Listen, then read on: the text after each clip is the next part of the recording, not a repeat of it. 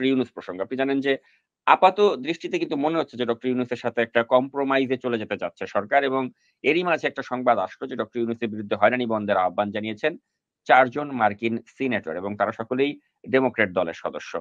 তো এই যে ৪ জন যে তারা যে এই ৪ জন সিনেটর যে এতদিন পরে আবার যে সিনেটররা তারা যে ইউনূস প্রসঙ্গে কথা বলছেন, এই বিষয়টির তাৎপর্য কি বলে আপনার কাছে মনে হয়? আচ্ছা, এই যে আমরা ডক্টর ইউনূসকে নিয়ে কথা বলি, ডক্টর ইউনূসকে নিয়ে তো কথা বলে আসলে শেষ করা যাবে না। ডক্টর ইউনূস যে কত বড় মহিরুহ আ এবং ডক্টর ইউনূসকে যে আমরা যে শেষ করে দিচ্ছি এবং বিশেষ করে আমাদের এই যে এই সরকার নামক এই যে ভারতীয় গোলামরা, এই যে গোপালীর নেতৃত্বে। আমি আপনার প্রশ্নের জবাব সিনেটরদের কথা বলার আগে আমি মীর সালমান সামিল নামে জার্মান প্রবাসী একজন অ্যাক্টিভিস্ট প্রফেসর ইউনূসকে নিয়ে কিছু লিখছে। আমি এটার বলার লোভটা সামলাইতে পারতেছি না। আপনি যদি আমাকে সময় দেন, আমি যদি একটু পড়ি। জি, সিওর।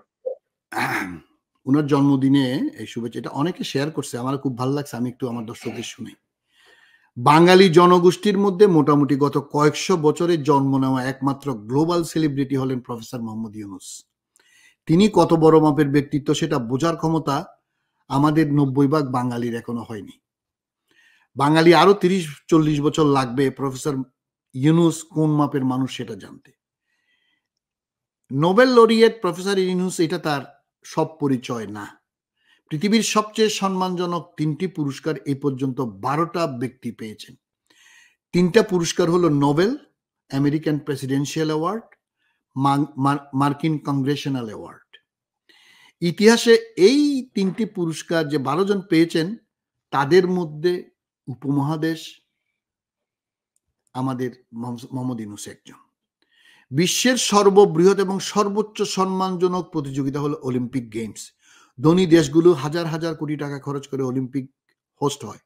অলিম্পিক গেমসের উদ্বোধনী অনুষ্ঠানে সম্মানিত মেহমান হলেন প্রধান অতিথি, যিনি অলিম্পিক মশাল বহন করেন।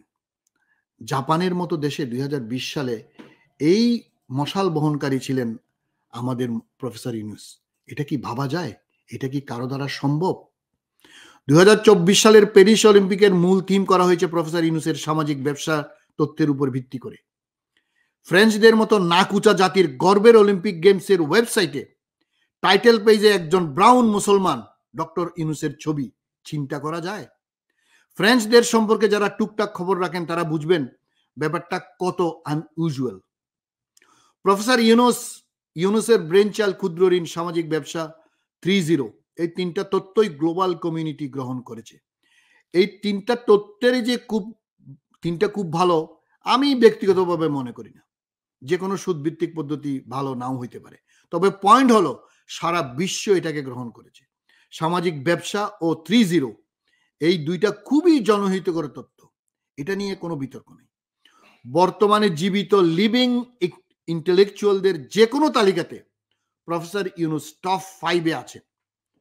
অনেকে তাকে ১ নাম্বার ইন্টেলেকচুয়াল বলেন। একজন বাঙালি মুসলমান দুনিয়ার লিডিং স্কলার, এটা ইতিহাসে কখনো ঘটে নাই, আবার কবে হবে কেউ জানে না। প্রফেসর ইউনূসের সাথে আওয়ামী লীগ যে অসভ্য, ইতর এবং লজ্জাজনক আচরণ করে, এর থেকে আমাদেরকে দূরে থাকতে হবে। এখন আমরা তো প্রফেসর ইউনূসকে নিয়ে আমি বারবার বলি, উনার মতো মানুষকে নিয়ে আলোচনা করার যোগ্যতাই আমাদের নাই। উনি যে আমি যেখানে বসে আছি, আমি এখান থেকে ১ থেকে ১.৫ কিলোমিটার দূরে ইউনিভার্সিটি অফ মন্ট্রিয়াল, এই যে কানাডার অন্যতম সেরা ইউনিভার্সিটি, এখানে প্রফেসর ইউনূস সেন্টার আছে। Can you believe it? যে পৃথিবীর ১০০টা দেশের বেশি ইউনূস নামে সেন্টার আছে। এইটা মানে এই যে মিস্টার সামিল লিখছে যে কয়েকশো বছরের, আমরা তো এতদিন বলতাম আইনস্টাইন, আর্কিমিডিস, নিউটনের সমতুল্য। এখন উনার মতে আমি তার সাথে ১০০% একমত যে কয়েকশো বছরে বাঙালি মুসলমানদের যে সেলিব্রিটি, হিন্দুদের মধ্যেও নাই। Amartya Sen Harvard, MIT, Oxford, কেমব্রিজের টিচার, কিন্তু সেটা গ্লোবাল অ্যাকসেপ্টেবিলিটির কথা বলেন, এই 3টা বড় পুরস্কারের কথা বলেন, অথবা এই যে মানুষের জন্য, গরিবের জন্য, না পুয়ারেস্ট মানে জাতি, সারা দুনিয়ার মানুষের জন্য যে কাজ করা without any interest for himself, এটা ঘটবে কিনা ওনার সাথে আমি একমত। যাই হোক, আপনি যে বললেন আজ থেকে 12 বছর ধরে বা 14 বছর ধরে প্রফেসর ইউনূসকে হেনস্থা, এই যে ইতর, এই যে গোলাম গোপালী যে করে যাচ্ছে, এখানে আপনার সাথে যে আপনি যে কথাটা বলেন যে 4 জন সিনেটর ডারউইনের নেতৃত্বে, সিনেটর ডারউইন আবারও দিছিল একটা কড়া মেসেজ দিছে, খুব কড়া মেসেজটা, যদিও একটু পুরনো হয়ে গেছে। আমরা গত সপ্তাহে যেহেতু কথাটা আমাদের অনুষ্ঠান হয় না, আমরা বলতে পারিনি, আমাদের দর্শক শ্রোতারা নিশ্চয়ই অনেকের মাধ্যমে এটা জানছেন। তো গোপালী কিন্তু প্রস্তাব দিছে যে তার সাথে আমি বসবো। ইউনূস সাহেব প্যারিসে ছিলেন, আপনারা জানেন আর কিছুদিন পরেই প্যারিস অলিম্পিক শুরু হবে। তো উনি 4 তারিখ এই হাজিরা দেওয়ার জন্য, দেখেন এই মানুষটাকে কিরকম হেনস্থা করতেছে, উনি চলে আসছেন, উনি আবার যেতে হইছেন যে আপনার উনাকে স্থায়ী জামিন দেয় না এই বদমাইশ। তো উনি আবার 4 তারিখ উনি বলছেন যে মানে প্রধানমন্ত্রীর সাথে আমার বৈঠকের কি আছে। এখন এতদিন বলছে কোর্ট, যে এটা কোর্ট, এটা যে তার মানে মুখে দিয়ে খারাপ ভাষা বের হয়, এটা যে তার পেটিকোট, এটা যে তার বাবার মুজিব করে যে জল্লাদের কোর্ট, এটা তো আমরা জানি।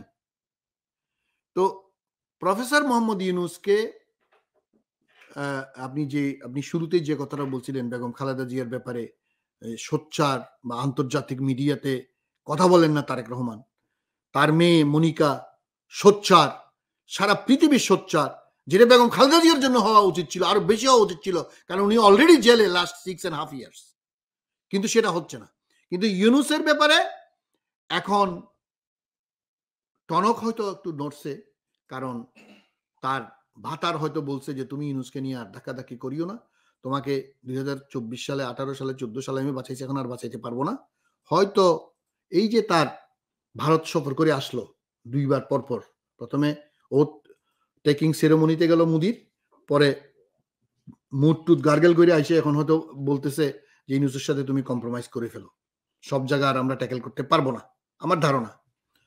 তো প্রফেসর ইউনূসকে বলবো, আগেও বলছি, আজকে আবার আপনাকে বলবো, আপনি আমাদের শত শত বছরের শ্রেষ্ঠ সন্তান। আপনার নামেই অনেকেই আমাদেরকে বলে you are from Yunus country. Yes, we proud of you Mohammad Yunus, we are from Yunus country. আমরা ইউনূস কান্ট্রি বলতে গর্ববোধ করি, কারণ আপনি পৃথিবীকে দিছেন, গরিব মানুষকে দিছেন, সারা বিশ্ব আমাদেরকে আপনার জন্য চিনে। কিন্তু আপনি এখন গণতন্ত্রের সংগ্রাম থেকে চাইতে পারবেন না। আপনি প্যারিস অলিম্পিক করেন, আপনি 3-0 করেন, আপনি ক্লাইমেট চেঞ্জের জন্য যুদ্ধ করেন, বাংলাদেশের মানুষ, সারা বিশ্বের মানুষ আপনার সাথে আছে। আপনাকে বাংলাদেশে গণতন্ত্র ফেরত নেওয়ার দায়িত্ব, যেহেতু আপনি গ্লোবাল সেলিব্রিটি না শুধু, আপনি শত শত বছরের শ্রেষ্ঠ সন্তান। আমার দেশে গণতন্ত্র নাই, আমার দেশে বিচার নাই, আমার দেশে আপনি বিচার পাচ্ছেন না, সাধারণ মানুষের কি অবস্থা। আপনি তো কোটি কোটি টাকা খরচ করতে পারবেন লয়ারের জন্য আপনার ইনকাম থেকে, আপনি 1 পয়সা তো স্লুপ করছেন, এটা আমরা বিশ্বাস করি না। আপনার মতো সাদাসিধা মানুষ আমাদের দেশে, এত বড় সেলিব্রিটিদের মধ্যে এরকম সাদাসিধা মানুষ আমাদের দেশে না, আমি বিদেশেও খুব কম দেখছি। আপনি এত সিম্পল চলেন, কিন্তু আপনি মুখ খুলছেন দেরিতে হলেও। আপনাকে অনুরোধ করব, বাংলাদেশের এই যে ছেলেদের কোটা, আপনাকে কথা বলতে হবে, গণতন্ত্র আপনাকে কথা বলতে হবে। বিএনপি, জামাত, ওই কোন অধিকার পরিষদ বা XY আমি বুঝি না, আপনি এখন জনতার কাতারে আসেন। আপনি এই গোপালীকে, ভারতের দালালকে হটাইতে আপনি নেতৃত্ব দিতে হবে। আপনি বাংলাদেশের প্রধানমন্ত্রী হইতে চান না চান, প্রেসিডেন্ট হইতে চান না চান, এগুলো আমাদের দরকার নেই।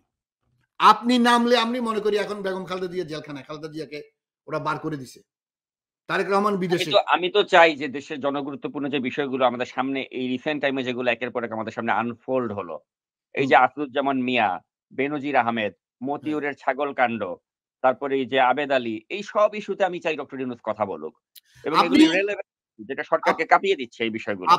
আপনি পুলিশের কথা উঠাইলেন, আমি প্রফেসর মোহাম্মদ ইউনূসকে বলবো, আপনি জনাব ইউনূস, আপনি চিন্তা করেন আমাদের দেশের পুলিশের আইজি, আমাদের দেশের একই ব্যক্তি ডিজি, পুলিশ কমিশনার, সে 7টা পাসপোর্ট বেসরকারি চাকরি করছে বলে সে আপনার নিচে 7টা, মানে 32 বছর বা 35 বছর, তখন 5 বছরের পাসপোর্ট ছিল।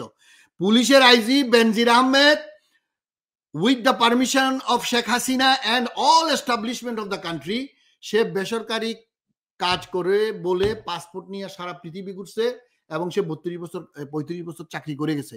আপনাকে এইসব কথা বিশ্ব মিডিয়ায় বলতে হবে যে বাংলাদেশ এই একটা, আমি এটা নিয়ে আপনি যদি একদিন সুযোগ দেন ডিসকাস করব। চিন্তা করেন দেশের পুলিশের আইজি, র্যাবের ডিজি এবং ঢাকার পুলিশ কমিশনার থাকা অবস্থায় 7টা পাসপোর্ট সে বেসরকারি চাকরি করছে বলে সে বাংলাদেশের পুলিশ আপনার ইমিগ্রেশন অথরিটি, মানে যেটা তার আন্ডারে, তার থেকে নিচে। এটা কি গোপালী জানে না? এটা কি ডিজিএফআই জানে না? এটা কি এনএসআই জানে না? বাংলাদেশের কোনো নাগরিক পুলিশ রিপোর্ট ছাড়া কি আপনার কোনো পাসপোর্ট পায়? পায় না। তাইলে পুলিশের আইজি থাকা অবস্থায়, র্যাবের ডিজি থাকা অবস্থায় সে কিভাবে একটা বেসরকারি পাসপোর্ট যুগের পর যুগ নিছে? এগুলা ইউনূস সাহেব আপনাকে বলতে হবে। তো দেশ কোথায়, দেশ কোথায়, এটা আপনাকে তুলে ধরতে হবে। গণতন্ত্র না ফেরা পর্যন্ত যতদিন আপনি বেঁচে আছেন, যতদিন আপনি বেঁচে আছেন ততদিন আপনাকে ফ্রন্ট লাইনে যুদ্ধ করতে হবে। অলিম্পিক থেকে ফিরে গিয়ে আপনি গণতন্ত্রের ডাক দেন। হাসিনা পতনের, গোপালী পতনের, ভারতের দালাল পতনের আপনি ডাক দিতে হবে। আপনাকে, আমরা বাংলাদেশের মানুষ, 18 কোটি মানুষ আপনাকে সাপোর্ট করবে এবং সারা বিশ্ব আমি মনে করি তখন বুঝবে যে না, এইবার এই গোপালীর পতন আমাদেরকে ঘটাতেই হবে। ধন্যবাদ।